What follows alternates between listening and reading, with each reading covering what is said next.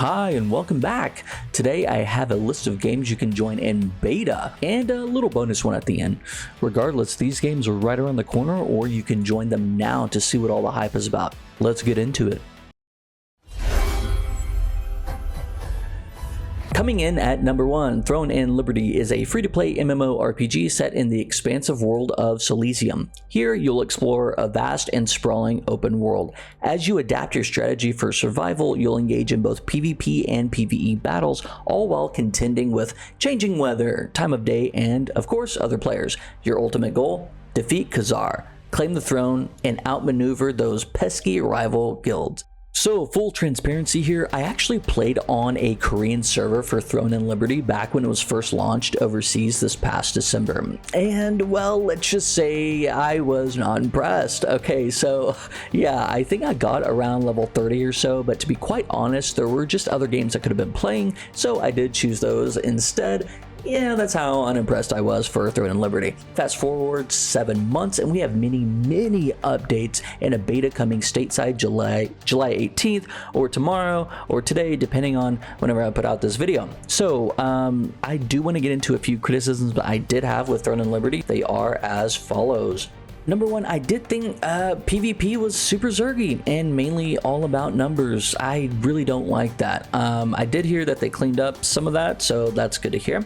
Number 2, the UI interface felt very mobile game-like, but I guess that is to be expected from a South Korean developer like NCSoft, but just throwing that out there for those that may not know.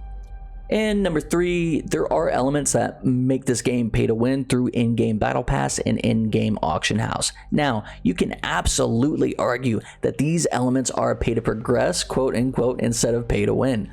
But if you're interested in the game, I suggest you play and find out for yourself depending on your definition of those. Yeah, in my most humble opinion, right, I'm sticking with them being pay to win, straight through, period, full stop.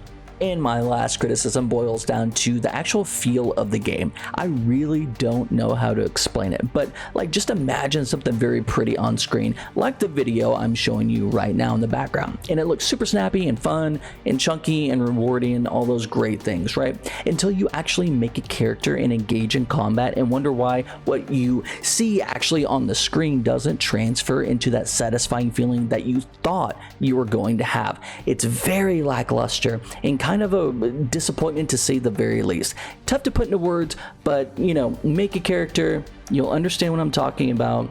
Big gripe on my end. So with those criticisms out of the way, on the plus side of things, there have been many updates in 7 months of this game. Most of, if not all, of these updates will be carrying over into the beta this week, along with any future Korean updates being only a few weeks ahead of the stateside updates. This includes more dungeons, better gearing, and overall balancing of Throne and Liberty, so that's a super big positive on our end that we get. So if, you know, Phase 4 of Season of Discovery or Dawntrail aren't really working for you, maybe give Throne and Liberty a peek with the beta starting on July 18th and ending on July 23rd on PC, PS5, and Series X. And obviously link for the beta is in the description below. Check it out. So, Overwatch 2 is a team-based game. Marvel Rivals, not Overwatch, is a team-based PvP shooter set in the Marvel Universe. Assemble an all-star squad of Marvel superheroes and supervillains, combining their powers to create unique team-up skills and battle across destructible, ever-changing battlefields while enjoying fast-paced 6 vs 6 action. Whether you're an Avenger, a Guardian of the Galaxy, or a member of the X-Men, there's never a dull moment in Rivals. Okay, so here's another hero shooter on the heels of the Concord beta that felt a little deflated in my personal opinion. I know plenty of people that loved it, but I just don't think it's good enough for a $40 entry price tag. That's me, at least for right now, So, regardless, Marvel Rivals has a completely different model coming in as a free-to-play title, looking to be in the same vein as Overwatch, right? So, you can absolutely expect microtransactions, but not likely in the form of pay to win. However, some games have surprised me on that end, so we'll wait for the full game to come out. It should also be said that the overall sentiment is generally positive on this one, especially from veteran Overwatch players. It looks like a lot of fun. I played a lot of Overwatch back in the day, so I will be checking out the beta for sure. In the meantime, you can enjoy the beta yourself July 23rd through August 5th. Console sign up is on the link in the description, and for PC players, you can sign up on the Marvel Rivals Steam page starting July 20th. Bitcraft is a groundbreaking survival crafting MMORPG in a single procedurally generated world. Unlike games with separate servers, Bitcraft offers a massive uncharted realm. Focus on skills like farming, fishing, mining, or foresting to gain renown. Collaborate with thousands to rebuild civilization, constructing your own towns that can evolve into trade hubs or bases. Explore the wilderness, encounter wildlife, and uncover mystical crystals and ancient ruins. Leadership is key. Forge alliances, climb ranks, and compete to make your own town the capital of your empire. Okay, so this one is technically still in the alpha stages. So yes, I did put in alpha in here instead of a beta. However, it is actually easier to access than some other betas that I saw out there, so I did keep it on. One thing I can say about Bitcraft is that it will both be its pro and its con, this thing, and that would be the word ambitious. So this title expects you to expect the world. From building and forging alliances to terraforming the very ground you walk on, Bitcraft is ambitious both in its scale and its yearning for individuality from every other MMO on the market. By far, the most interesting aspect in this game is the landlord system. You can rent out homes, lands, and kind of have your people join your little apartments while being a part of your city and overall claim of land.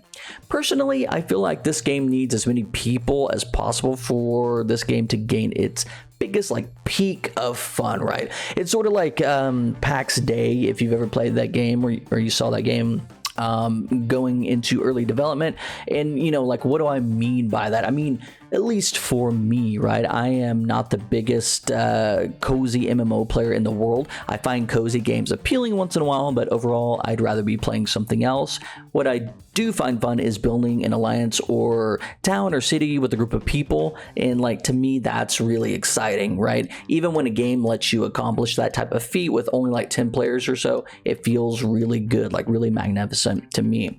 So also to me, the highest peak of this game is with a lot of players, kind of like PAX Day, in a really big guild contributing to a really big task-oriented township. And if the developers can actually find a real way of stopping the obvious types of griefing that is born from this type of game, just imagine Asmongold coming in, doing something fun, then doing something really griefy. Yeah, that's a thing, right? So they have to kind of plan for these things. That's why whenever things get started, I don't know, a new World of Warcraft season of Discovery, people go, okay, what's the streamer server? Which one's that one? I want to avoid it. Or in my case, I actually joined it. But anyway, yeah, I'll feel more slightly optimistic about its success if they can find a way to kind of tamper all that down. So if you have some friends that don't mind coughing up a few bucks, Bitcraft is available for all future alpha tests at a $20 price point with the link in the description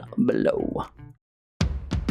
Embark on a journey of adventure and creativity with Hytale, a sandbox RPG set in a procedurally generated world. Explore teetering towers and deep dungeons for rich rewards and engage in block-by-block construction, scripting, and minigame creation with powerful tools. Uncover the world's history through handcrafted adventure scenarios, encountering mage towers, underground caverns, and colossal boss monsters. Hytale supports various playstyles: settler, adventure, craftsperson, with a fully playable co-op mode. Each zone features unique wildlife with dangerous creatures guarding powerful gear. Build in beautiful biomes, grow crops, care for pets, and create boats and vehicles for a magical exploration experience. So I'm sneaking this one in as a bonus because you can definitely sign up for this beta right now, but this has been a back burner game for quite a while, with it being first announced about 5 years ago. So you may be thinking, oh, so this game is fake. Well, you wouldn't be alone in that sentiment. However, in that 5-year time span, Riot Games of League of Legends fame ended up acquiring Hypixel Studios while simultaneously letting them operate completely independently. Recently, there have been YouTube insider videos and murmurings on social media, Reddit, X, etc., about Hytale coming into a beta this year. So if you have any interest in following the gossip or possibly snagging a beta key, I have a link in the description below because I know I definitely have as well. It looks like a ton of fun with a million things that you can do, and that's just right up my alley. That sandbox style is incredible. Okay, so that's it for me today, guys and gals. I know it's a short one, but I did notice that I was talking to people about some cool betas coming around the corner, and everyone's like, what beta are you talking about? So thought, hey, I'll make a video. And yeah, if this video made you try out one of those betas, hit that like button and let me know if you're enjoying it or not in the comments below. Until next time, see you.